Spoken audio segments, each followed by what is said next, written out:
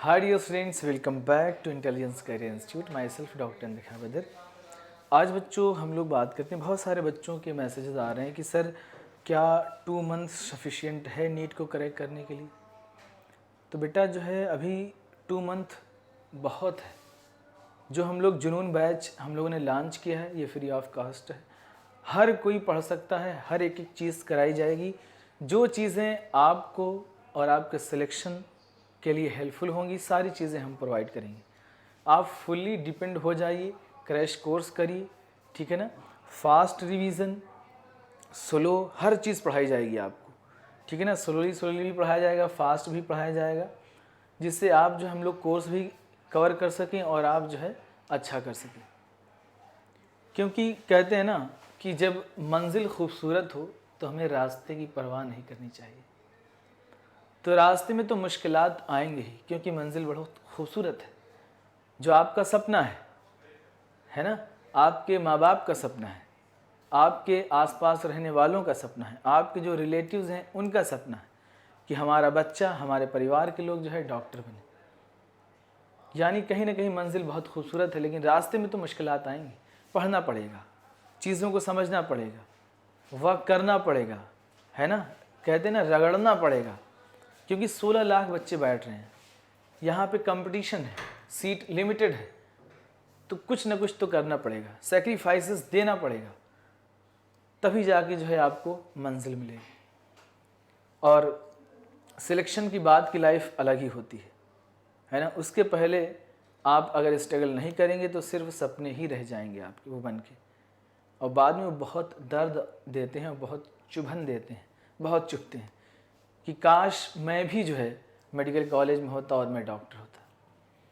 तो अगर आपको सेलेक्ट होना है तो हार्ड वर्क करना पड़ेगा। 2 महीने सफिशिएंट है बेटा, यही वक्त है सिलेक्शन का, क्योंकि अभी लोगों ने स्टार्ट किया है। आपने इसके पहले क्या पढ़ा, कैसे पढ़ा, कितनी बार रिवीजन किया, कितनी बार चीज़ों को कवर किया। बहुत सारे बच्चे मैसेज करेंगे सर मेरी एनसीईआरटी एक बार कवर हो चुकी है, मेरी फिजिक्स एक बार कवर हो चुकी है, मेरी केमिस्ट्री एक बार कवर हो चुकी है, अब मैं क्या करूं। बेटा आप मैटर ना चेंज करिए। जो चीज़ें पढ़ी कोशिश करिए उसे बार बार पढ़ने की। जब आप उसे बार बार पढ़ेंगे जो है चीज़ें और क्लियर होती जाएंगी। और क्वेश्चन की प्रैक्टिस बहुत ज़रूरी है। सिर्फ थ्योरी से कंसेप्ट नहीं क्लियर होते हैं। बहुत बार ऐसा होता है कि क्वेश्चंस लगाने से जो है थ्योरी क्लियर हो जाती है हमारी। तो क्वेश्चन की प्रैक्टिस बहुत ज़रूरी है और स्पीड भी मेंटेन करना बहुत ज़रूरी है। तो स्पीड को भी मेंटेन करना है हमें जो है, और बार बार रिवीजन करना है, ठीक है ना। क्योंकि रिवीजन सबसे ज़्यादा इम्पॉर्टेंट है। हर बच्चे का रिवीजन हो चुका है, अब बच्चा यही पूछता है क्या करें सर। अगेन पढ़िए, आप दूसरी बुक को नहीं पढ़ना है आपको कि 2-3 क्वेश्चन एनसीईआरटी के बाहर से आ रहे हैं तो उसके पीछे लगे हुए हैं। पूरी एक मोटी सी भैया ने बुक बता दी और वही बुक जो है लेके आप पढ़ रहे हैं। कहीं डाइवर्ट नहीं होना है, ये सबको पता है। चाहे एनसीईआरटी हो, चाहे वो केमिस्ट्री हो, चाहे वो बायोलॉजी हो। सबको लगता है कि बायोलॉजी में ही सिर्फ सवाल जो है आते हैं किससे, एनसीईआरटी से। ऐसा नहीं है, केमिस्ट्री के भी सवाल जो है एनसीईआरटी से ही आते हैं, फिजिक्स के भी आते हैं जो है। तो आपको चीज़ों को समझना होगा। बहुत सारे लोगों को पता ही नहीं होता है कि सर क्वेश्चन कहाँ से आते हैं। पहली चीज़ ये होती है कि आपको पता करना होगा कि कहाँ से क्वेश्चन पूछे जाते हैं, देन उस पर वर्क करिए। अगर आपको यही नहीं पता है ना, आप वर्क किए जा रहे हैं, बाद में रिजल्ट जो है आपका 0 आने वाला है, सही ना। तो आपको मेहनत करनी है, जुनून लाना है। जुनून बैच के साथ जो है आपको जुनून के साथ जुड़ना है। फर्स्ट डे जैसा जुनून था बच्चों में वैसा जुनून नहीं देखने को मिल रहा है। जिस जुनून से आप आए थे वो जुनून आपको नजर नहीं आ रहा है। चीज़ें अब देखिए, कुछ सब्जेक्ट हमें फास्ट पढ़ाने पड़ रहे हैं, कुछ टॉपिक हमें फास्ट पढ़ाने पड़ रहे हैं। हम उन बच्चों के लिए अब हमें क्या करना पड़ा है, थोड़ा स्लो होना पड़ रहा है। हम उन बच्चों को भी साथ लेके चल रहे हैं जिन्होंने एनसीईआरटी जो है रिवाइज नहीं अच्छे से की है या पढ़ा नहीं अच्छे से। जो हमारे यहाँ बच्चे ऑफलाइन पढ़ रहे थे उन लोगों को पता है हमारी स्पीड क्या है। हम बहुत फास्ट बोल सकते हैं, 2 घंटे में पूरी पूरी एनसीईआरटी खड़े होकर बोल सकते हैं जो है। लेकिन वही है, एक बार लेकिन आपको पढ़ा होना चाहिए एनसीईआरटी। अगर एनसीईआरटी आपने पढ़ी है तो चीज़ों को आप कैच कर लेंगे, नहीं तो फिर यही होगा कि चीज़ें ये मेरे लिए बेकार है।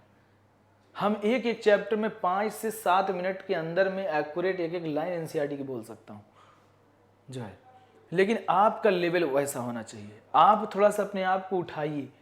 हमने सारे लेक्चर जो है अपलोड कर दिए, सारी एनसीईआरटी के एक एक लेक्चर हमने 16 लेक्चर लिए हैं, एक एक चैप्टर के 10 लेक्चर लिए हैं। L1 L2 से प्लेलिस्ट बनी हुई है, आप वहाँ से भी देख सकते हैं। देख के आइए फिर आइए इसमें जो है, नहीं तो फिर यही होगा कि ये हमारे लिए बेकार है, हम इसके साथ नहीं चल पा रहे हैं। लेकिन हम लोग अपनी स्पीड को कम कर रहे हैं कि आप लोगों को भी साथ लेके चलें। लेकिन जब मैं 38 चैप्टर एक बार कंप्लीट करा लूँगा, और बायोलॉजी पे ज़्यादा ध्यान दीजिए बेटा, क्योंकि 50% जो है बायोलॉजी ही कवर करती है। और लोगों को शुरुआत में लगता है कि मेरी बायो हो जाएगी, लेकिन बायो में अगर आप 80 क्वेश्चन कर रहे हैं तो सिलेक्शन नहीं होगा। लिख लीजिए मेरी ये बात, अगर आप 80 क्वेश्चन करेंगे सिलेक्शन आपका नहीं होगा। ठीक, क्योंकि आप खुद देखिए, 80 क्वेश्चन आपने किया, 40 उसमें कर दिया, 4 4 80 8 16 160। ठीक है, 640 मार्क्स आए, 640। अब तो सिलेक्शन हो जाएगा अगर आपने 40 सबने किया, है ना। लेकिन क्या ये ज़रूरी है कि आपके जो फिज़िक्स में 40 ही क्वेश्चन सही हों, है ना। तो बायोलॉजी में अगर आपको 85 86 क्वेश्चन सही होते हैं तो थोड़ा रिलैक्सेशन मिलता है आपको। फिजिक्स में थोड़ा सा रिलैक्सेशन मिलता है, केमिस्ट्री में थोड़ा सा रिलैक्सेशन मिलता है। अगर आप 80 पे जाएंगे, 80 क्वेश्चन करेंगे तो आपको फिजिक्स में ज़्यादा क्वेश्चन करने होंगे, जो पॉसिबल नहीं हो पाता है बच्चों के लिए। कोई कहता है टाइम कम रह गया, कोई कहता है कि सर हो नहीं पाया, है ना। तो ये प्रॉब्लम आने लगती है। इस वजह से मैं कह रहा हूँ कि बायोलॉजी को अगर सिलेक्शन लेना है तो हमें 85 प्लस 88 89 90 ऐसे सही करना पड़ेगा। तब जाके आप अगर 35 क्वेश्चन फिजिक्स में कर रहे हैं तब आप सेलेक्ट हो जाएंगे। 35 और 40 और 85 करके कट ऑफ तो देख ही रहे हैं आप। तो इस वजह से बायोलॉजी जो है बहुत स्ट्रांग होनी चाहिए जो है। आप लोग जुनून के साथ ही पढ़ाई करिए, थोड़ा सा भी जो है डाइवर्ट ना होइए। सारे टेस्ट दीजिए, हमारे टेस्ट जो है संडे को आपके हैं, तो उसको बहुत अच्छे से कवर करिए। ठीक है ना बच्चों। ओके बाय बच्चों, उम्मीद करता हूँ कि आप लोग पढ़ाई जो है अच्छे से करेंगे। ठीक है ना, पढ़ते रहिए बेटा। जो भी डाउट है आप पूछ सकते हैं हमसे कभी भी, है ना। हर तरीके से हम हेल्प करेंगे आप। ओके बाय बच्चों।